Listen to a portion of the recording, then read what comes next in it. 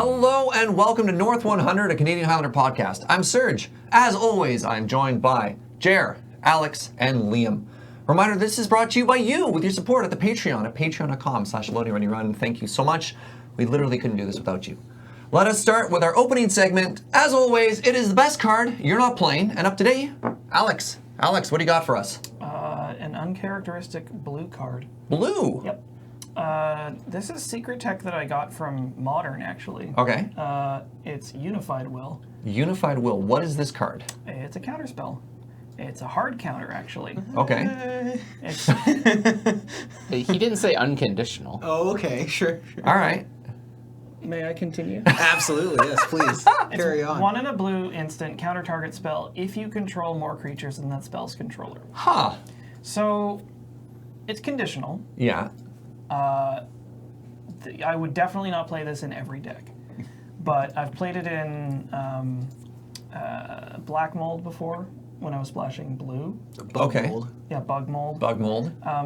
Musty black mold. You can probably, this is probably a pretty good card in something like Flying Men. Flying Men. Yeah. Or just like any sort of like blue X, go wide strategy, which there's not a lot of, but they could exist. Fetch for Merfolk. Dryad Arbor, Unified Will you? Yeah, Merfolk? definitely. Yeah. Maybe, yeah. But yeah, it's just like, it's a pretty easy to cast spell that is a hard counter if you can meet the conditions. Interesting. Yeah, you just add it to the list. It's like maybe a little further off than, I would probably play stuff like Mana Leak and Negate, whatever, and, yeah. Miscalculation before this, but All right, well, real talk. This or Arcane Denial? Jer? I think if you can cast this card is generally going to be better. would, yeah. As Liam mentioned last episode, I think, Arcane Denial is just like a really, really niche card. You either really, really need the one blue hard counter spell, Yeah. or you need to be like a really, really proactive deck where giving them 2 extra cards isn't going to matter in the late game. No, that's really cool. I like the suggestion. yeah. And you've blown people out with this card? Or just like, wait, what? Well, I blew Jace out with it. And that's really all that matters. Yeah. I mean, it won me a game once, so that's like confirmation bias, but I like it. Sweet. I think this card's kind of like a meta card because it's not good against the creature decks, but it's very good against like the control and combo decks, which are going to produce creatures. Yeah, like if you walked into a meta where you knew there was like goblins or White weenie and hoof. stuff, just like forget it. Yeah. Like, cut this card and put in something else. But if you are that deck, like maybe you could play this in like Esper Weenie. You could play it in Pat Pod. I think, as Liam said, I think it's a meta card. I think this is often actually like the first and possibly only counterspell you could play in a fair deck that like isn't generally playing counterspells if you think you want to be more interactive. And it's also one of the only counterspells that doesn't get into Seinfeld. Yeah, this is awful in Seinfeld. Not good. Very bad in Seinfeld. That's really funny. Don't play it in Seinfeld. Good if you dominate their brawl, though. Then it's pretty hot. Yeah, but then you need to let their brawl resolve, which is just never happening. No, I got it. You arrange for your squid dude to explode. Chasm Skulker. Chasm Skulker. You don't play that card, it wins the game. Yeah, you don't play any creatures in Seinfeld. Does a thing. A deck about nothing. Your win con is Jace the Mind Sculptor. No, your win con but you is never your you never opponent plus tilting it. out. Yeah, I suppose so. All right. That is WinCon. That is Plan A. Let us move on to today's theme, which is part 2 of our M25 set review. And so last episode we did Wooburg, and left over today we have gold cards, we have artifact cards, and we have land cards.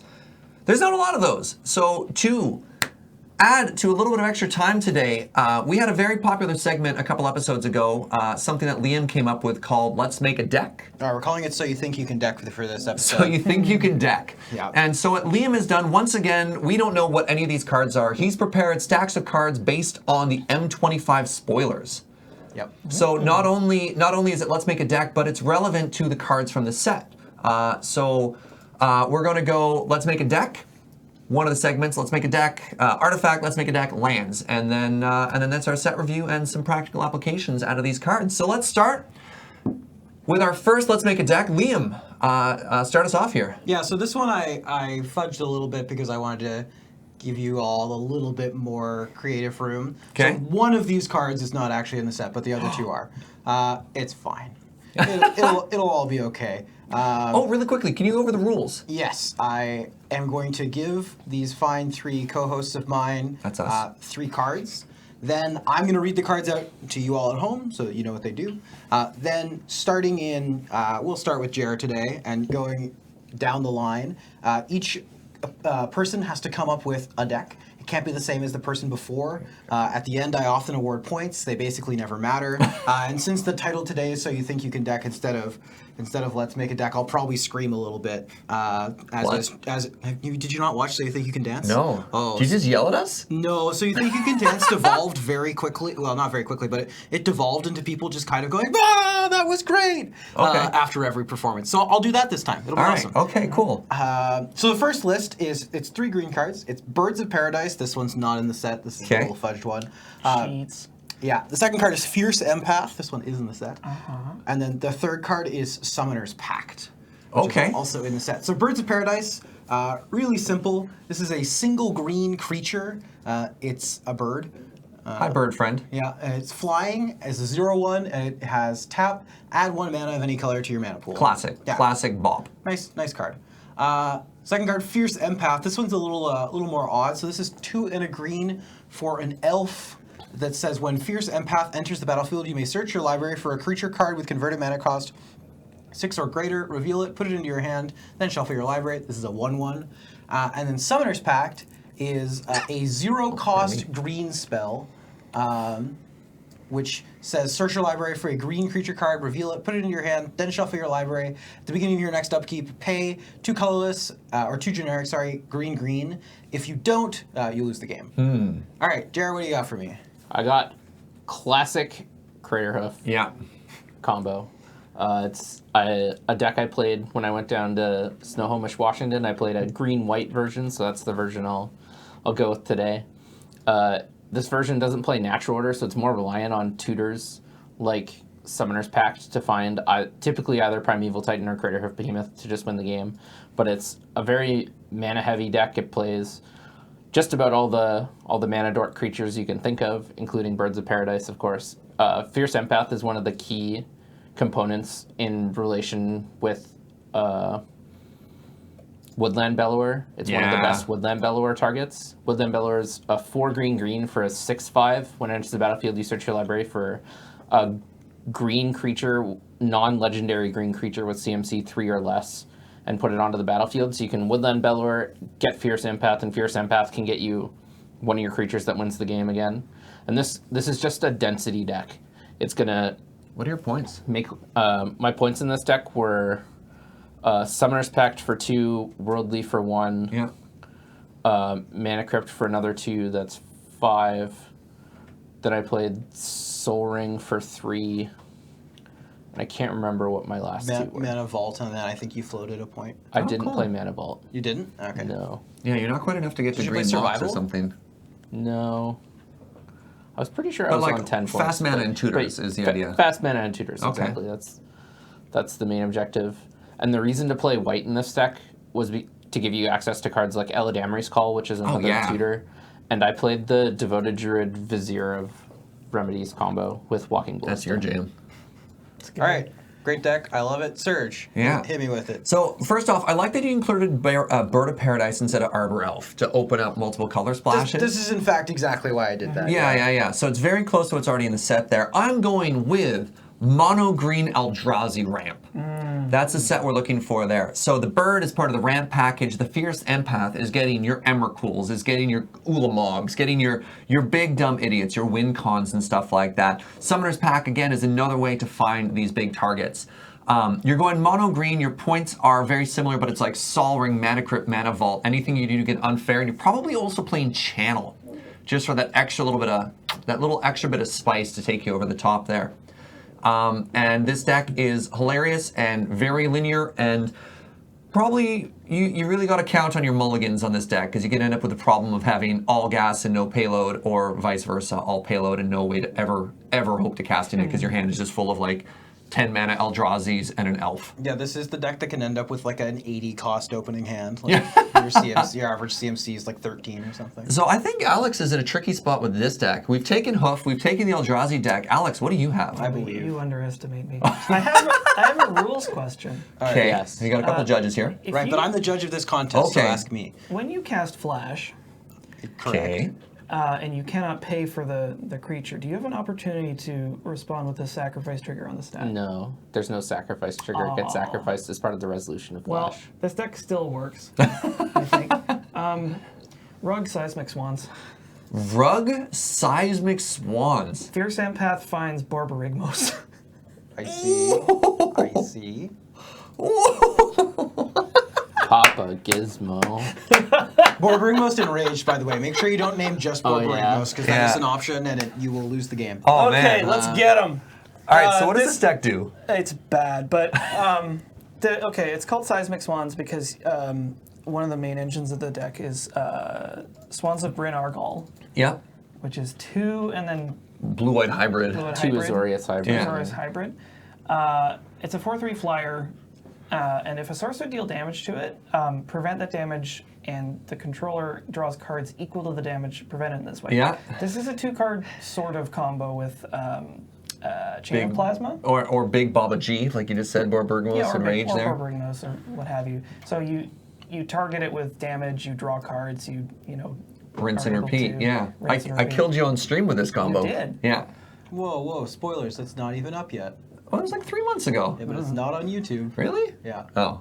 But yeah, the basic idea is that like Borborygmos could be another copy of Seismic Assault, which Yeah. is a very similar effect, except it costs twice as much mana, and you can attack with it. Twice Yeah. as much +1 even. Yeah. The card is great. I agree. Card is really good. I had my Swans of Bryn Argol Thunderous Wrath once by my mono red opponent. Mm-hmm.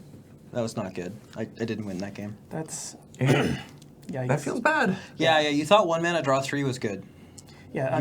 You don't know what you're working with until you had 1 mana draw 5 go off on the mono red side of the Man, table. I kind of want to sad. play. I kind of want to play Blasphemous Axe Swans now. I'm just gonna explain what Seismic Assault does. Sure. It's a red enchantment with an activated ability. Discard a land card. Seismic Assault deals 2 damage to a creature or player. So this also goes with Swans, yeah. because you like pitch a land, hit it, draw 2 cards, pitch another land. And you just hit need it. over 50% land density in your deck, and you're laughing. Can you replace one of those draws with a dredge? Sure trigger? can. That's Dakmor Salvage Yeah, there you go. is the sort of classic thing. So Dakmor Salvage is a land with dredge. Okay, we're going 5 color now.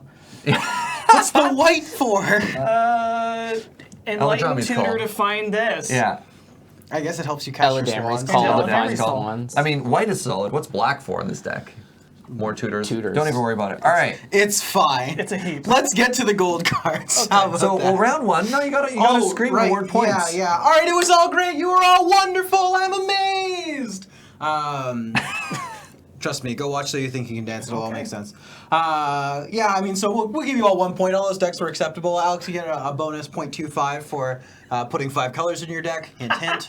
All right. So We'll check in later. I might give you all points during the set review as well. Okay. All right. So let's go to our set review. We are starting with the gold cards. And first up, we have Boros Charm. Boros Charm is a 2-mana instant for a red and a white. It's a modal card, so you get to choose one of the following. Deal 4 damage to a player. Permanents you control are indestructible until end of turn, or target creature gains double strike until end of turn. Jer, tell me about Boros Charm. This is seen a lot of fringe play in Highlander. The problem is it doesn't have like a really solid default mode. The decks that play it for the top mode, the deal 4 damage to target player. Yeah, that's really efficient. It's played in aggressive decks. But the problem is there isn't really like a red-white aggressive deck. Like mono red doesn't have enough reason to splash colors typically as of yet, and red-white just hasn't made huge waves in the format. It's weird because like you'd think that Boros would be a really good deck, but nobody's ever really made it work. Not really. I've explained it before. The problem is that the inconsistency in mana makes Boros not worth playing over mono white, which is very good, or mono red, which is very good. Yeah. And so until they print enough like really aggressively costed and powerful gold cards, it's just not gonna like they're gonna have to print more stuff. I think it's getting better and better. Like we had in Rivals of Ixalan, that 3/3 that has to attack every turn that has vigilance. I can't remember what it's called anymore, but that card's Relentless great. Raptor? Yeah, that card's great, and like Yeah. it might start pushing people in that direction. Can I just tell you the dream with the Boros Charm? Cast Armageddon, hold priority, Boros Charm. Your lands are indestructible. Get them. So I played Boros Charm in 5-color charms because it was a good It's out a charm. it was a good out to Wasteland. Yeah, No, okay. you get to cut charms in 5-color charms. Like there are too many to play them all. Okay. At first I was just going to play them all, but that actually is like 80 cards. It's too many. Okay. But yeah, Boros Charm's an out to Wasteland. They try to Wasteland you, you Boros Charm yourself. I mean, you can just stifle, but yeah, all right. But Stifle only... It's not a modal card. Yeah. Let's move Does on. Stifle deal 4 damage when you need to kill them? Does Stifle give your Torrential Gear Health double strike? I don't think so. Holy moly. Next up, we have Eladrami's Call. Eladrami's Call is a 2-mana instant for green and a white. It says, search your library for a creature card, so not color restricted. Reveal that card, put it in your hand, and then shuffle your library. Alex. Eladamri's Call. Did I get it wrong? You said Eladimri. You said it 3 different ways. I was You so did. confident I was going to pronounce it right. Eladamri's Call? Eladamri's Call. Eladamri is I also don't give an acceptable. Eladam about how Yeah, this card is pronounced. It's either Eladam or Eladam. It's definitely not Eladim. This is a very premium creature tutor. Yeah, that's great. You see this about equally in value decks as you do in like creature-based combo decks because it's really cheap. It's an instant for some reason, and it puts it in your grip. It doesn't put it on top of your library. It's just straight into your hand. Any creature. I think that's the biggest part is it's card neutral when a lot of the creature tutors that are playable Like- because of their mana cost are you're down a card like Worldly Tutor, which is a point, Sylvan Tutor, which are the other like cheap find any creature tutors. Worldly Tutor's 1 green instant, search for a creature, put it on top. Sylvan Tutor's the sorcery speed version, and those are really the only like uncolor restricted creature tutors you get to Yeah. play. So you're playing Selesnya. You're playing a Selesnya mid-range deck. What's your first creature tutor? Is it Eladamri's Call or is it Green Sun Zenith? It's probably Zenith, but If it's I'm- close depending on what your deck's constructed Right. like. I mean, If it's I'm both. playing mid-range, it's Zenith, but yeah, you're just always playing both. Yeah, it's up there. It's probably one of your first picks. So this is a premium card. Yeah, for sure. Yeah, it's a very like high pick. It's also, it costs 2, which is important. Yeah. The Flash Hulk deck, for instance, this card's amazing in that deck because you're playing all of the transmutes for 2 to find Flash, which coincidentally also find Eladamri's Call. Amazing. Yeah. There you go. All right, next up we have Lore Skill Coddle. It is a 3-mana 2/2 snake for 1 and a green and a blue. And it says, whenever you draw a card, put a +1/+1 counter. You may put a +1/+1 counter on the snake friend. Liam. I'm so sad about Lorseal Quaddle because 3 years ago, Yeah. the Quaddle was like the hotness. The Quaddle was all over the place. No one could stop the snake. It would routinely become a 15/15 and eventually kill your opponent. And these days, the Quaddle's just not what it used to be. It's still playable. This card's fine, but it's increasingly difficult to get it to grow. What's happened over time is that as the format's developed and people have leaned towards playing more efficient removal and less sort of big, powerful removal, like shock kills this thing, which is really troubling and happens more often than I'd care to admit. So that's why it's out of the format more so these days than it's in. But boy, let me tell you why this card's good.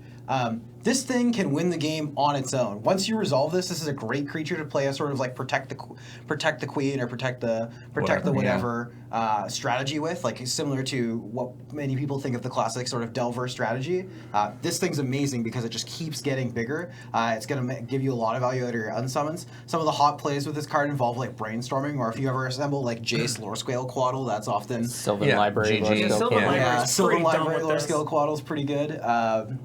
And then also, this is one of the cards that makes it like less embarrassing to play Berserk in your blue-green tempo decks Oh, because yeah. Oh, because why didn't I think of that? because giving this trample is really insane. So yeah, you can kind of like grow your Quaddle up to like a 10/10, amazing. and then you like Berserk it to push through 16 damage when you just jump block with something. I think Berserk is a criminally underplayed card.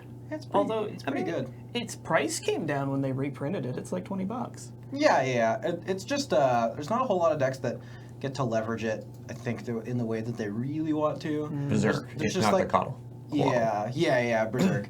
I mean, this isn't a Berserk show, but yeah, I think it's probably better, but than maybe people give it credit for. But there are just other pump spells you can play instead that do similar things, unfortunately. Yeah. All right, let's move on. Next up, we have another snake friend. Hello to Mystic Snake. This is a 4-mana 2/2 snake for 1 green, blue.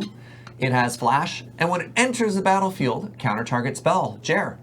This is another pretty niche playable card. It's playable, but the problem is like trying to interact with your opponent for 4 mana can be a huge liability, especially if they're also a blue deck with interaction.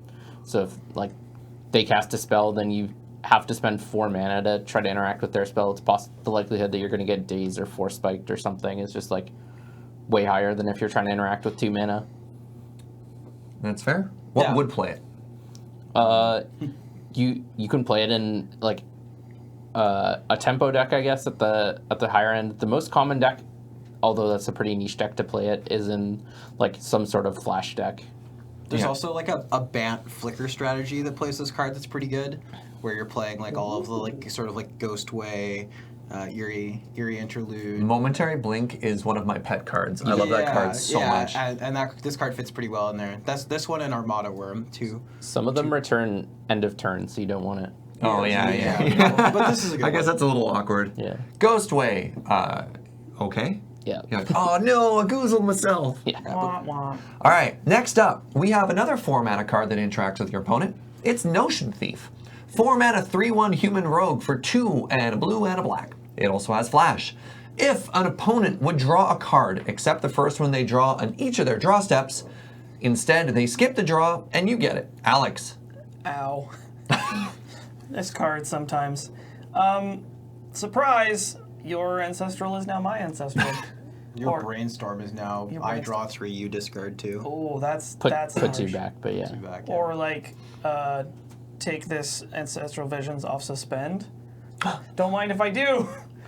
Well, Mine. the best part is, then you ask them who they target. Because you get the cards no matter what. But it's a deep philosophical question. Oh my If your God, opponent Jared. has a Notion Thief in play, and you have an Ancestral coming off suspend, who do you target? They're getting the cards no matter what. But, you know. I think you target yourself, because then it's thievery rather than a donation. No, I have to give them the cards. Because I'm not going to give them the satisfaction of their Notion Thief taking the cards. That's fair. That's my answer. Where do you stand? Tell us in the comments. Yeah. This guy is also just like a 3/1 with flash. So it's like a surprise creature with like pretty reasonably big teeth. It that also comes out of triggers nowhere. Prowl, which is pretty good. It's a rogue. I mean, nobody's ever built a rogue deck, but it does trigger Prowl. It is also a human. I actually think there has been, I mean, not a rogue tribal deck, but there's been some spells cast with Prowl and Highlander before. Yes. Well, yeah, one. Name one. Exactly one. It's Earwig Squad. yeah, Earwig Squad. I mean, The that's one of them. Squad. It's the only one. No. There's definitely another other one. ones. Is there? Yeah, there's Yeah. like the fairy that's like a 3/1. Yeah. I'm trying to Vendilion Clique? No. No. I can't remember what it's called, but it's pretty good as well.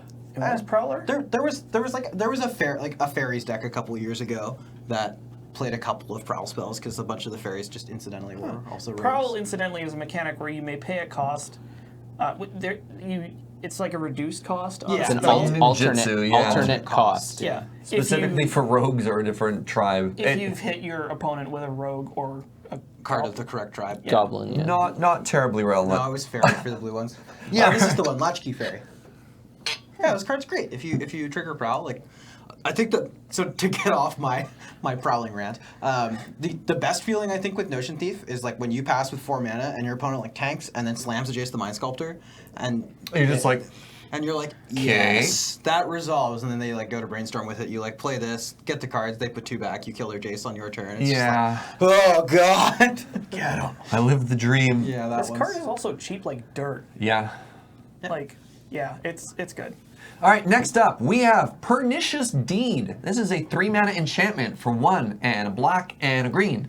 And it says, X, sacrifice Pernicious Deed, destroy each artifact, creature, and enchantment with CMC X or less. Liam. Yeah, this card's great because it's a sort of very interactive thing that you can put on layaway. And Green Black often has trouble interacting either at instant speed or with or against sort of bigger things. So the nice thing about this is you can pay 3 on turn 3, and then if they slam some powerful thing later down the road, you can have built up your mana to be able to sort of use this at a later date. Also worth noting, this doesn't kill planeswalkers, so you can continue to develop your planeswalkers into this without a care in the world, and it incentivizes them to develop creatures as a way to pressure your planeswalkers, and so yeah, Pernicious Deed plus planeswalkers turns out to be a combo. Totally. This card's great if you're playing green-black and you're looking to control the board at all.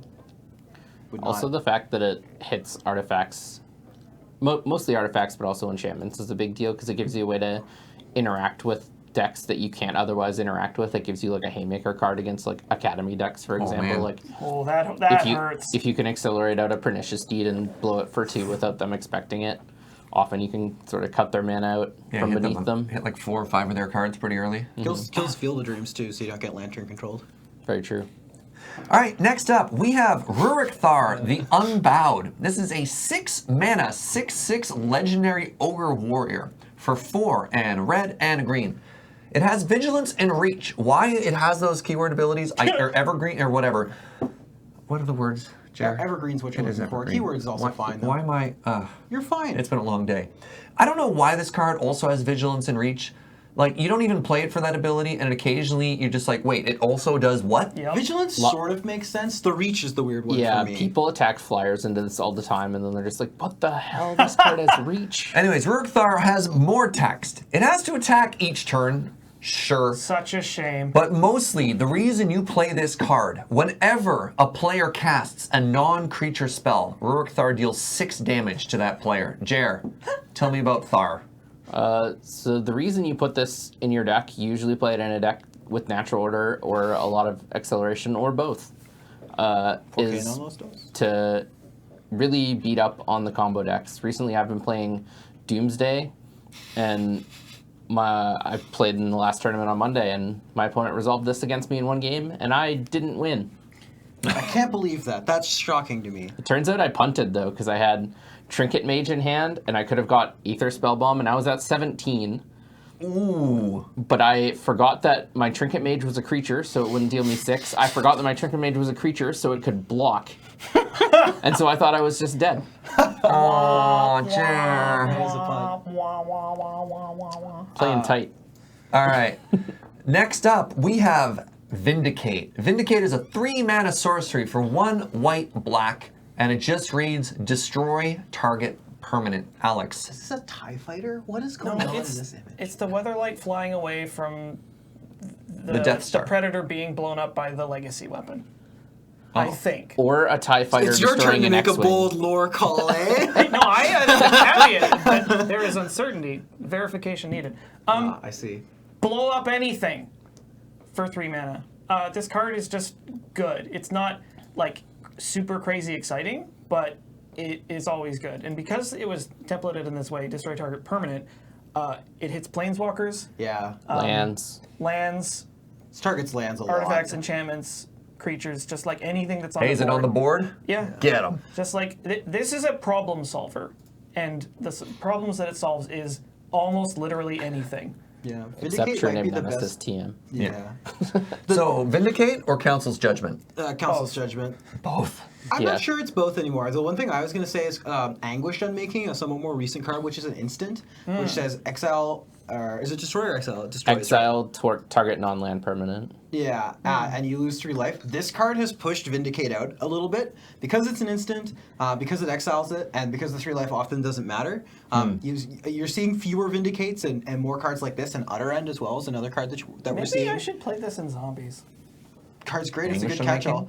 Yeah. But Vindicate's still very good. Still the best Stone Rain they've ever printed. Yeah, actually. Stone Rain with also I mean, it's just kills everything. It's also just a card that's always going to be live. Yep. Like, you're pretty seldom unhappy to top deck this. Yeah, no, Vindicate's great. It gives you game against everything. I mean, even against the combo decks where they're not playing to the board, blowing up a key land can be really important. Yeah. All right, our last gold card is Watchwolf. Woo! We didn't even practice that.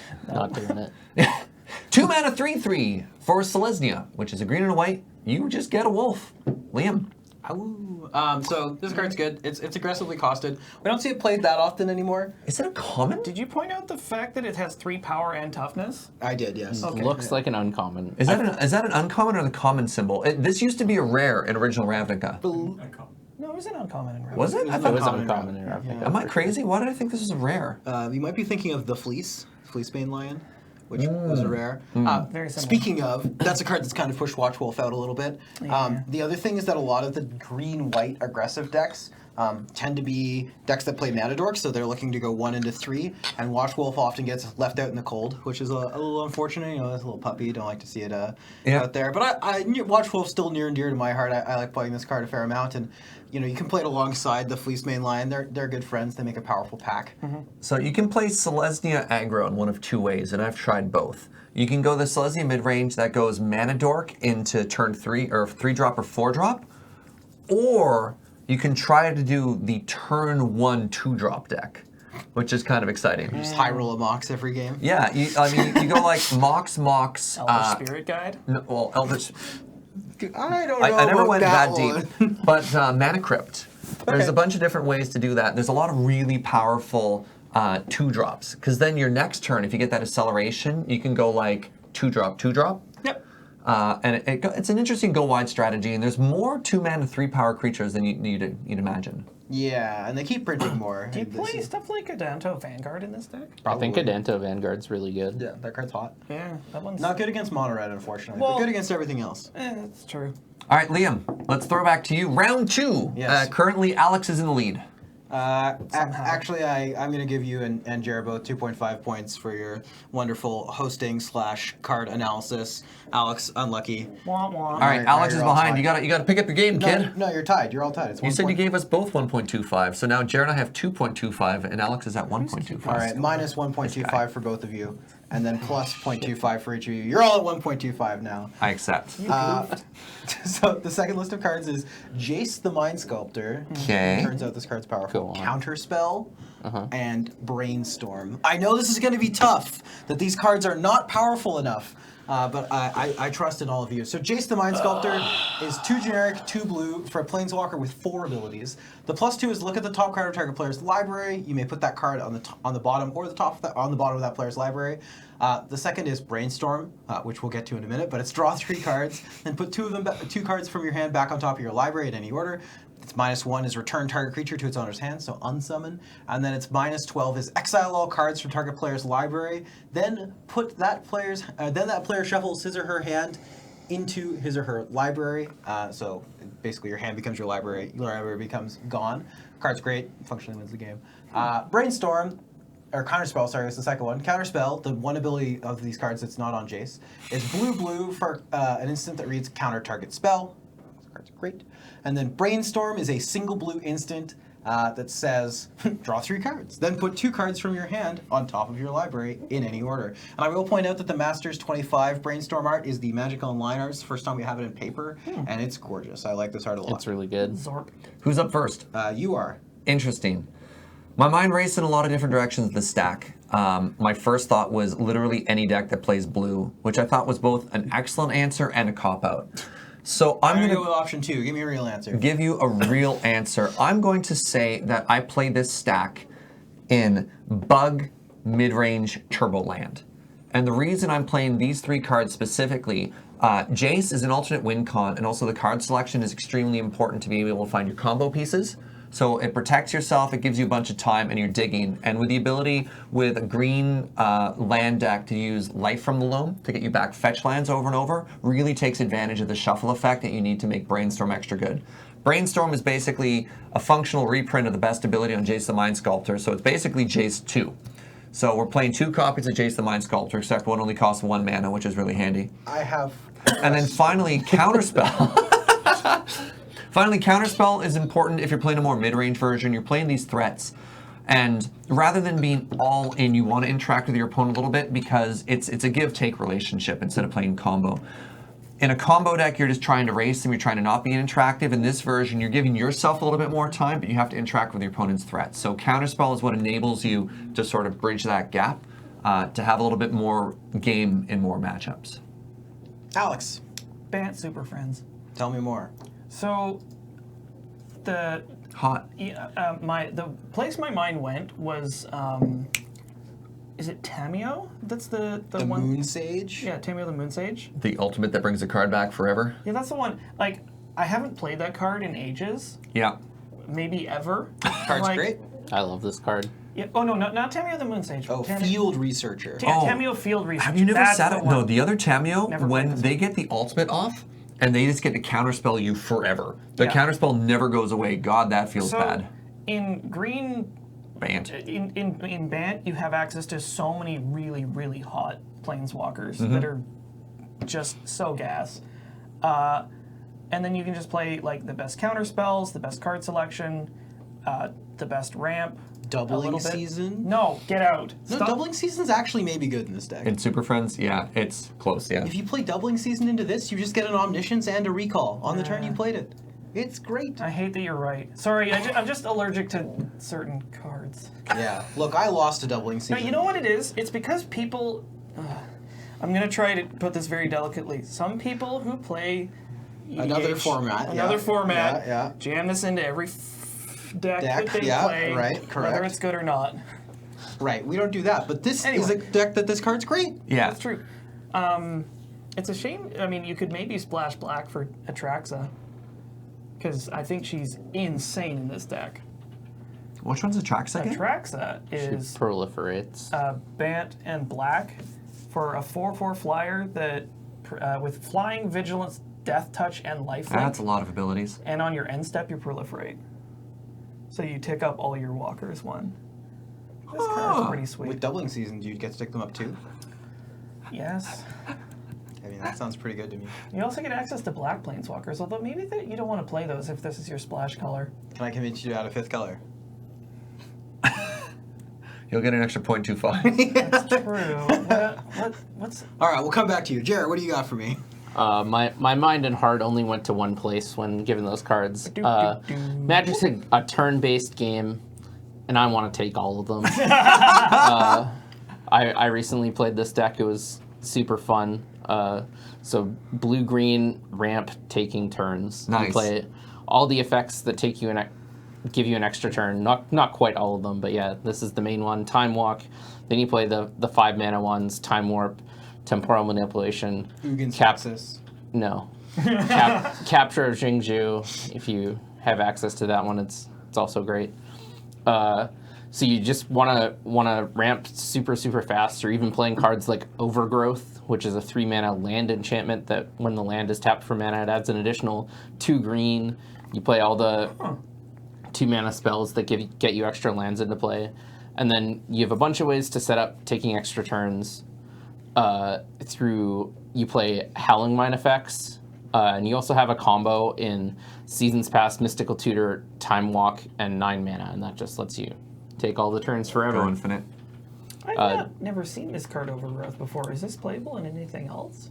If you're going really big, this is a card you might be interested in. Yeah, really big or really fast.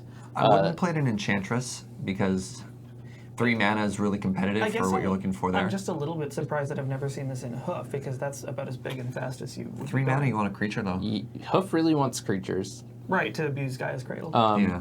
So Jace fits really well into the deck as a way to win while you're taking your extra turns. Yeah.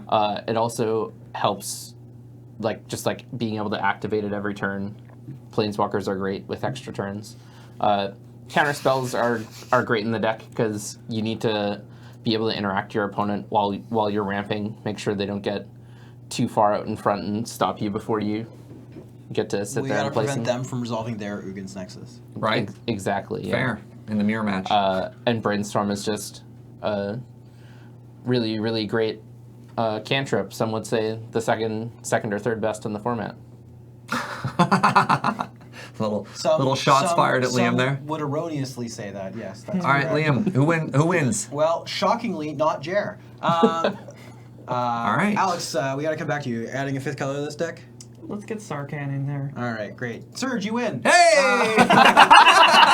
Debated. So Serge will give you a point. Alex will give you 0.75, and maybe we'll get a point from you later, Jer. All right.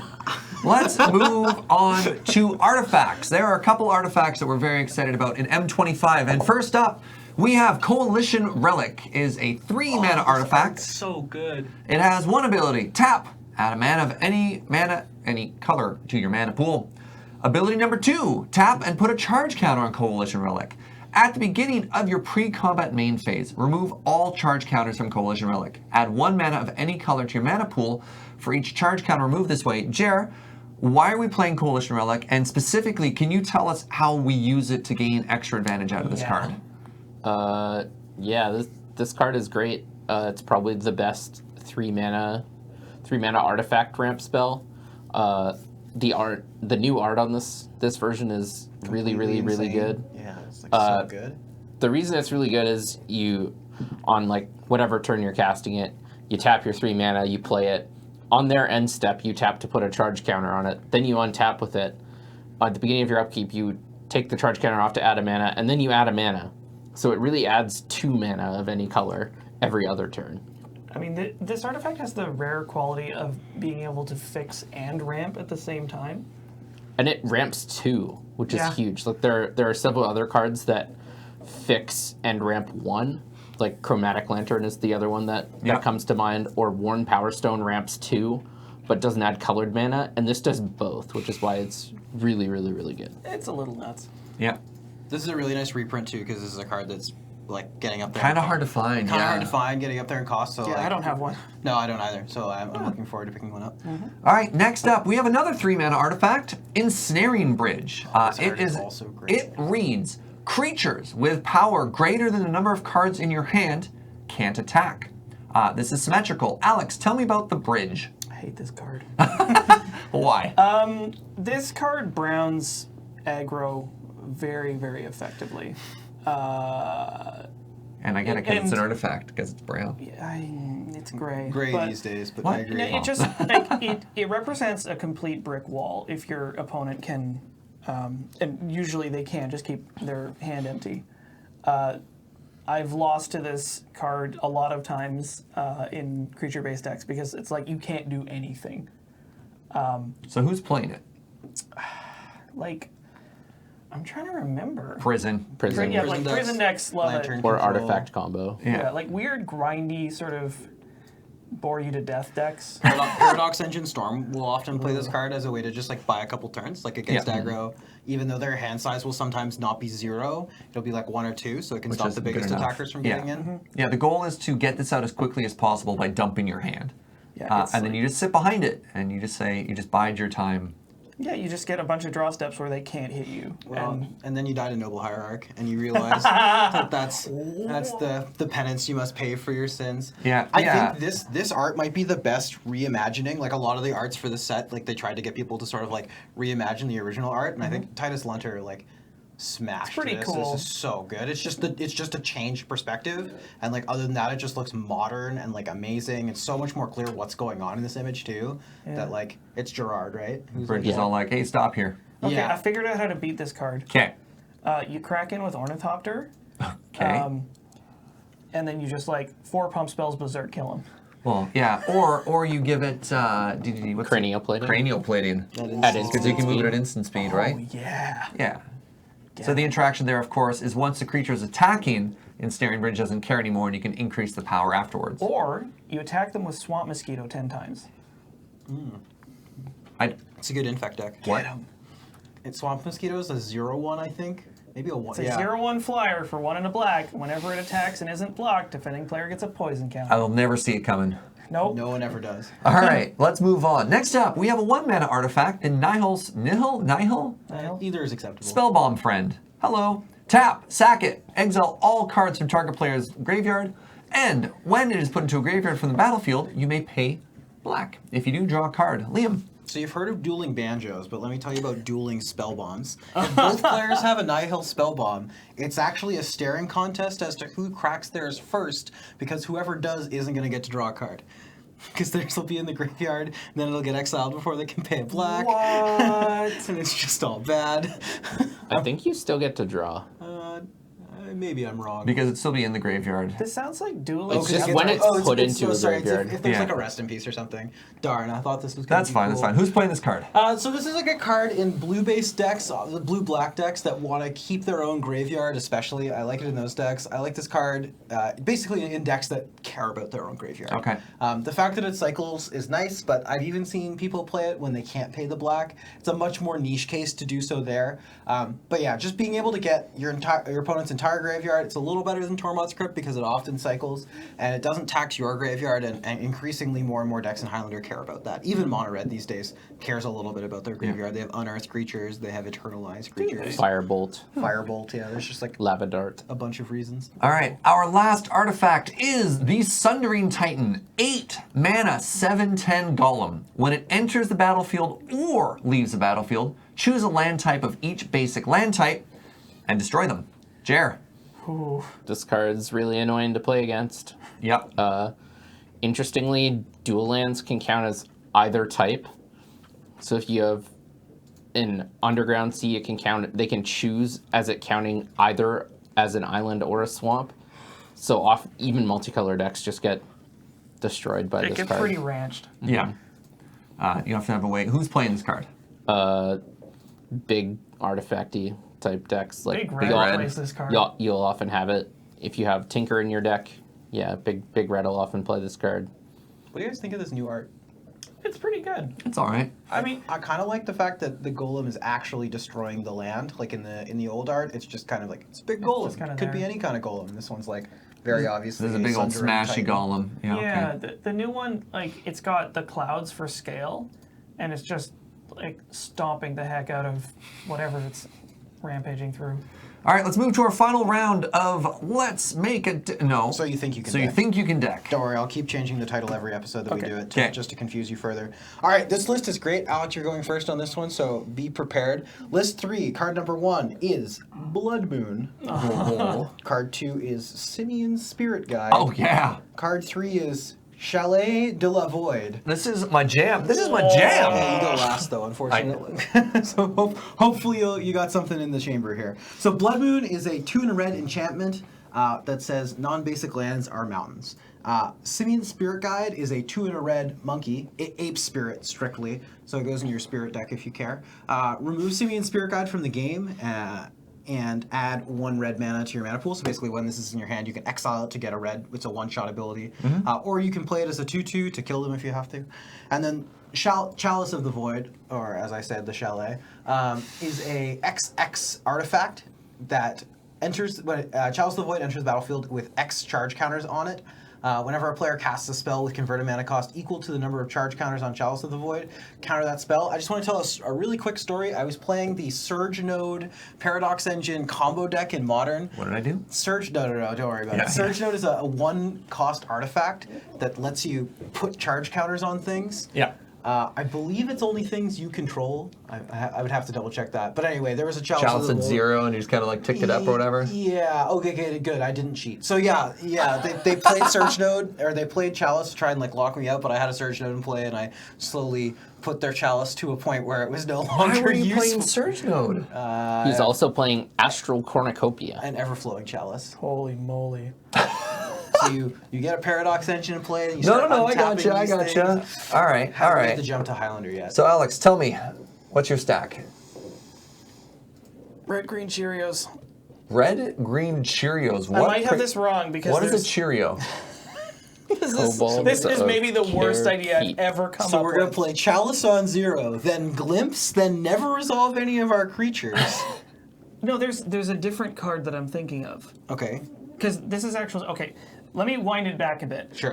Cheerios is a deck that plays 0-drop creatures, such as Kobolds of Carekeep and Ornithopter, Memnite, all that junk. And it usually does this in conjunction with Glimpse of Nature, which is a green sorcery. Yes. That anytime you play a creature Oh, spell, yeah, okay. you draw a card. Okay. So it Yes. just chains through its deck, which would be a lot harder in Highlander, but I don't know. I haven't put this together. There's one other spell card that's similar. I believe it's an enchantment that says whenever a spell you cast is counter draw a card.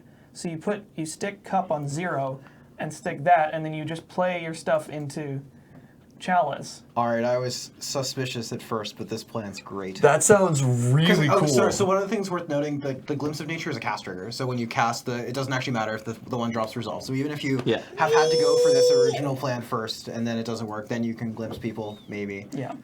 What is Enduring Renewal read? That one's a little more work complicated, but it's play with the top. No, play with your hand revealed. If you draw a creature card, pitch it instead. If a creature in play would die, put it back in your hand.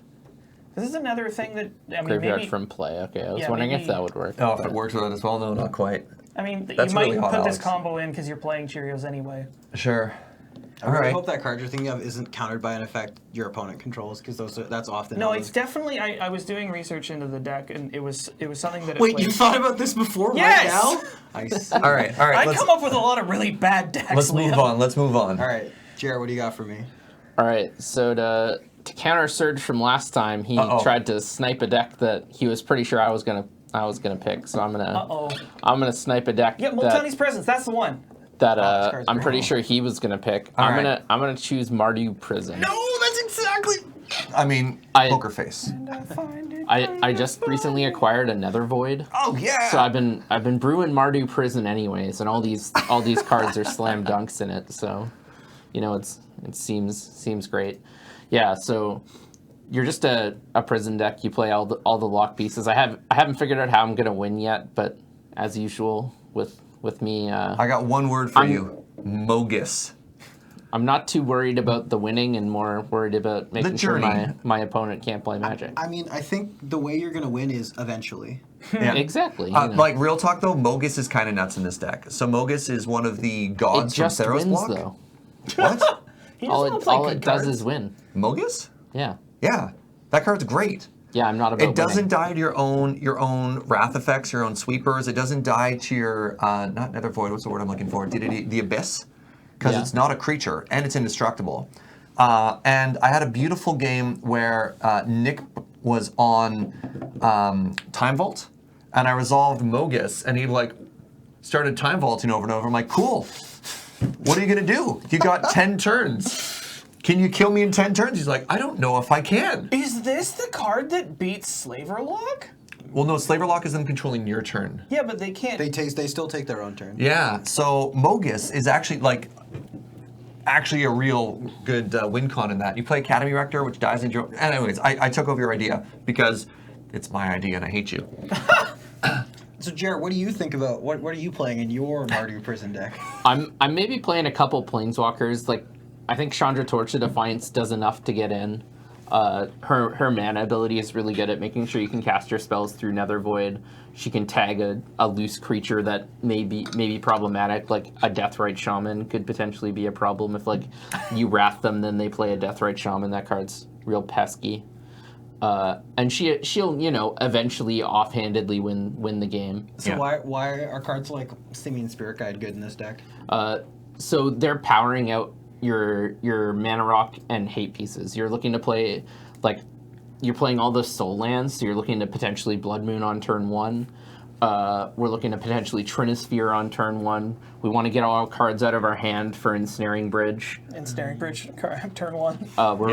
We're playing lots of artifact mana, so just accelerating into our artifact mana, like turn 1 land, Simian Spirit Guide, Grim Monolith, turn 2, Nether Void 'em. Get him. Great, Serge, what do you got for me? I have mono red or potentially red-white Wildfire. So you're playing a prison / mana denial strategy where the goal is to ramp aggressively, which is Simian Spirit Guide is there, and also deny mana as much as possible. So you're trying to ramp through stuff so your Chalice can actually get X is equal to 2 on turn 2, where you get a lot of value out of it, not just cut out the early stuff, but you're also going big. You're ramping up to Wildfire, Burning Azinye. You can splash white if you want to do Armageddon and Ravages of War, but that's only if you want to. Either version is fine, really. The white splash lets you have more planeswalkers, but like big red by itself is fine. It makes your mana base easier and you're not as soft to your own Blood Moon. Another alternate win con if you don't want to go big is you can go Simian Spirit Guide, you play all these 3-drop creatures that have 2 power. You play Imperial Recruiter to find Painter Servant, Magus of the Moon, and Blood Moon. Simian Spirit Guide also works well with Can that I interest package you back in and forth. Kiki Jiki and Goblin Settler? Kiki Jiki Goblin Settler No, don't. is actually amazing. Imperial Recruiter, get Kiki Jiki, No, no, play no. Kiki Jiki, copy Imperial Recruiter, get Goblin Settler, and then you just start copying Goblin Settler. That is amazing, and I'm really sad I've never played that in. Wow, That was that's one of my. so hot. I've established this on turn 3 before. Oh my goodness. So dirty. All right, the pointing. One other thing I wanted to note, we actually didn't put Chalice of the Void on this list, and then I put it... Is it one of the cards in the artifact? Oh, it's totally in this Is set. Chalice of the Void in this set? Correct. So I we was should- going to ask about that. So we should talk about Chalice of the Void real It's quick. really good. You've seen examples of where you'd want to play it. Get it in your decks, Yeah. M25. Sorry, we missed that one, and by we, I mean... I was looking at this. It's a little niche playable. Like Yes, it, I agree it, with that, it too. depends a lot on your meta, and unlike in Legacy and Vintage, where Chalice is like unbelievably strong, the lists in Highlander, the CMCs are much more varied, just Yeah. because you don't have the density of 0, 1s, and 2s that you have when you get to play 4 ofs. You're like invariably going to end up playing some 3s, and in most cases 4s and 5s as well. So Chalice isn't the lock piece that it is in those formats, but it is still a reasonable card to include in Prison strategies. Yeah. Prison is very hard in Highlander, but very rewarding. For some. Liam. Yeah, the pointing. You all win. Congratulations. Hey! Paul, 6 points for you as well. Friendship. Oh, Paul wins. That's more points than we had. Nice. Yeah, all right, fair enough. All right, let's move on to our last section, the lands. And starting off, we have filter lands. That's it. They're back. They're Cascade great. Bluffs. Yeah, one example would be Cascade Bluff. So these are lands that tap for colorless, or you can play a hybrid color and it'll filter into 2 of the one, 2 of the other, or 1 of each. And it's just the enemy color filter lands, right? Yep. Yeah. It's a bit of a It's not all 10, I don't think. Oh. I think it's just the enemy ones. So go around that circle really quick. Jared, when would you play them? When would you not play them? They're really, really good in 2 color decks, or if one of them is your main color that you need like to get 2 of consistently. But not an auto include in every deck? No, you especially want to be wary of playing many filter lands because they didn't do anything with each other. Together, yeah. You need the colored source at first. All right, next up, we have Miko Koro, Center of the Sea. This is a legendary land. Tap to add a colorless, or pay 2 and tap. Each player draws a card. Alex. Turbo Fog. It's a Temple Bell, only it's a land. Also play it in taking turns. Also great in World Gorger combo. Yep. Doesn't matter if they draw a card if they never get a turn. Correct, yeah. Ow. Next up, we have Mishra's Factory. This is another, I don't have to call it a land. Tap for colorless, or pay 1. Mishra's Factory becomes a 2/2 assembly worker artifact creature until end of turn, and has another land, it's still a land, it has another ability, tap, target assembly worker gets +1/+1 until end of turn. Liam. Yeah, this is better Mutafault. I think it by and large, on average, it's better. In non-tribal decks, it's better It Mutable. might even be better in tribal decks. Now, why is that? Now, this is why. Yeah, sure. So, look, in your assembly worker tribal deck, this card's better.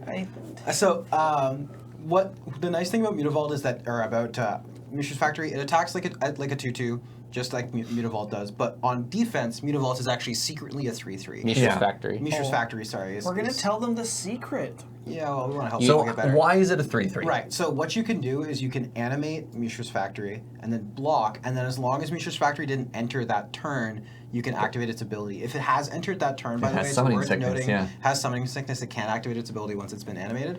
But after the first turn it's in play, this just always blocks as a 3/3 because you can animate it, block, and then tap it to give itself +1/+1. Worth noting, you can also give Mutavault +1/+1. Yeah, that's because the Mutavault next is- level. That's Level Allison's right? favorite play. Yeah. Awesome.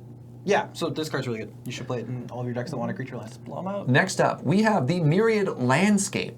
Enters the battlefield tapped. Tap to add a colorless, or 2 tap and sack. Search your library for up to 2 basic land cards that share a land type. Put them on the battlefield tapped and shuffle. Jer. I love this card. Me too. It's really, really low cost to play in your deck. It is a tap land, which I don't like, but the ability to ramp later for, as I said, not that big a cost, 2 mana is not that significant, and it also helps fix your mana. Have we done this as a best card you're not playing yet? Not yet. Because I think I would do this for one. I guess we can't now, but I mean, I you love can. this card in 2-color We decks. make the rules, Serge. Yeah, I think I was a late convert to this because I kept reading it and I was like, "Is this good?" It's really And good. apparently, It's it is. ramp, yeah. Also, it's a land that goes in your bin, so Thins your deck. well, It's I was. Fuels Delve. Oh yeah, it feels Delve also Good like with Crucible. yeah, Titania loves this card. The Gitrog monster digs this card. so. Yeah. All right, next up we have Pendlehaven. Pendlehaven is a legendary land. Tap to add green or target 1/1 tap. Target 1/1 gets +1/+2 until end of turn. Liam. Perfect. Right. Oh no, I skipped Alex. Alex. This sees. I've mostly seen this in Infect. When I see Infect. Because most of the threats in the Infect deck are just 1/1s. Innately, because- yeah. Innately 1/1s. And this is just like a virtually free way to pump them. So it's just good. You know, you jam this land in, it taps for a green, it comes in on tap, pumps your Glistener Elf, gives it a slightly bigger butt to withstand, Booty. you know, surprise blockers or what have you. Does it ever see play in any non-Infect decks? Yes, it does, and I shall tell you why it's on the list. All right.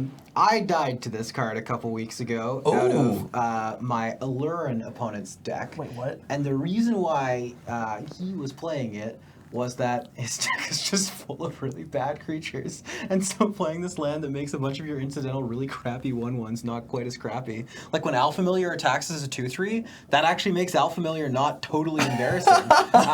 And what happened is I was like trying to slog my way through this game, playing Tin Fins. And finally I had set up a turn where like the next turn I was going to get to sneak attack and Emrakul and win the game. It was going to be great.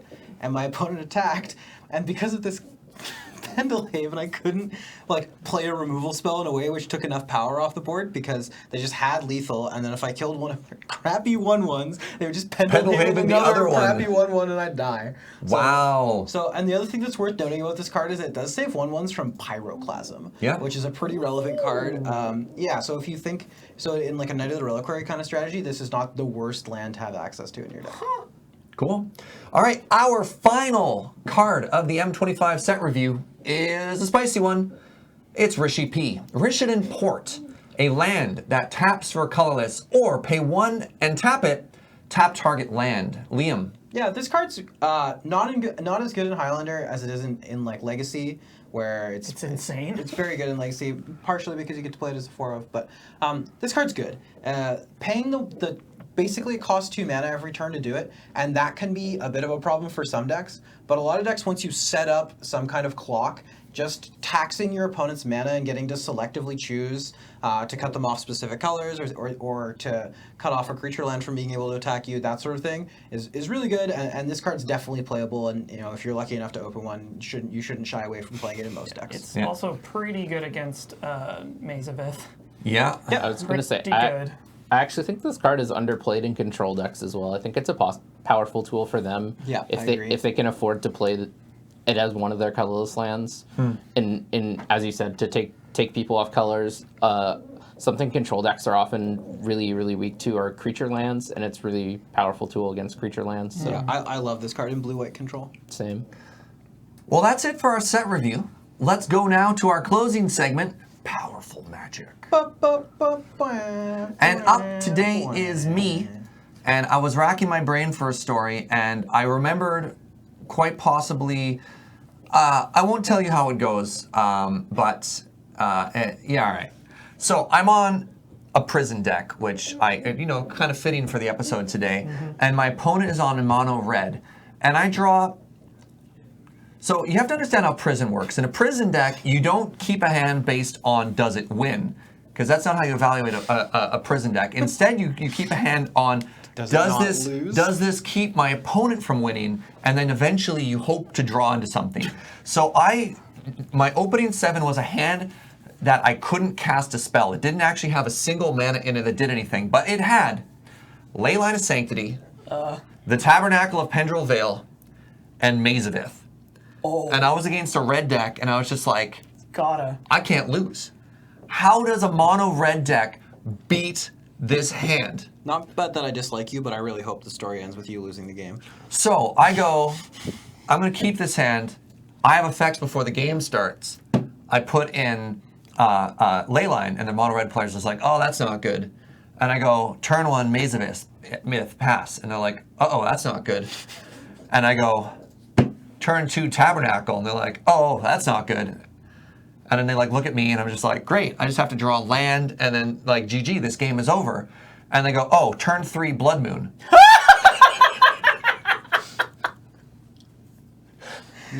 Get him! Excellent. And I was just like, Uh-oh. oh no. What have I done? And I'm looking at It'd be a this. shame if all of those powerful non-basics you had were all of a sudden mountains. And it's just like, my hand already did nothing, and my do nothing strategy just got worse, and I was just like, oh no. But you So- still won the game, right? Oh no, I got crushed. Oh, darn. Yeah, so sort of a shorter, powerful Magic story, but that one made me really happy when I thought back to it. I was just like, yeah, this is a story I have to share. I do love a good underdog tale. What's an underdog? Yeah, us. No, I mean, yeah. you said underdog tail as in like Boo. you were referring to like, a breed. Like, All right, anyways, that's our set review. So mad. I hope you enjoyed watching our 2-part M25 set review episode. We had a lot of fun putting these Masters together. 25. We got some comments. It's not the core set for Oh, well, 2026. Masters 25. Yeah. This set's going to be sweet. It's got a lot of Highlander staples in it. We went over a lot of them. Thank you very much for checking it out. A reminder that this episode is brought to you by you with your support over at the patreon.com/LoadingReadyLive. LoadingReadyRun. LoadingReadyRun. We'll see you next time. Thank you very much for watching. As always, have a great one. Really, M25? Yeah, it's Masters 25.